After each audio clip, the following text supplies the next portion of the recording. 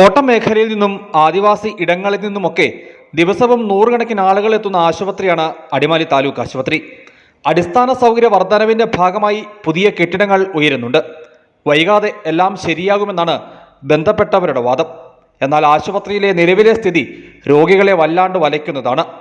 പുതിയ കെട്ടിട നിർമ്മാണത്തിന്റെ ഭാഗമായി ഉണ്ടായിരുന്ന എക്സ്റേ യൂണിറ്റ് പൊളിച്ചതോടെ രോഗികൾ സ്വകാര്യ സ്ഥാപനങ്ങളെ ആശ്രയിക്കേണ്ട ഗതികേടിലാണ്. എക്സ്റേയുടെ പ്ലാൻ സെൻറ്റർ ഇല്ലാതായിട്ട് ഏതാണ്ട് 4 മാസം.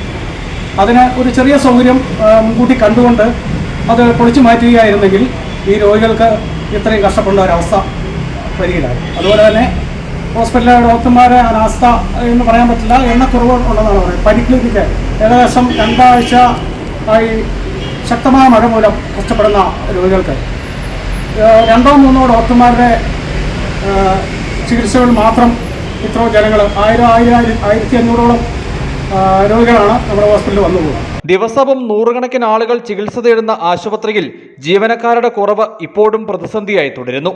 തുറക്കുമെന്നറിയിച്ച ഡയാലിസിസ് യൂണിറ്റ് ഇനിയും യാഥാർത്ഥ്യമായില്ല. ക്രോസ് മാച്ചിങ് സംവിധാനവും ഒരുങ്ങിയില്ല. സ്കാനിങ്ങിനും മതിയായ സൗകര്യമില്ല. കോവിഡ് കാലത്ത് പ്രഖ്യാപിച്ച് പിന്നീട് യാഥാർത്ഥ്യമാക്കിയ ഓക്സിജൻ പ്ലാന്റിന്റെ പ്രവർത്തനവും ഇപ്പോൾ വേണ്ട വിധമില്ല. ഇങ്ങനെ പരാധീനതകൾ ഇപ്പോഴും പലതുണ്ട് ഈ താലൂക്ക് ആശുപത്രിയിൽ. സ്ഥലപരിമിതി മറികടക്കാൻ പുതിയ കെട്ടിടങ്ങൾ ഒരുങ്ങുന്നുണ്ട്.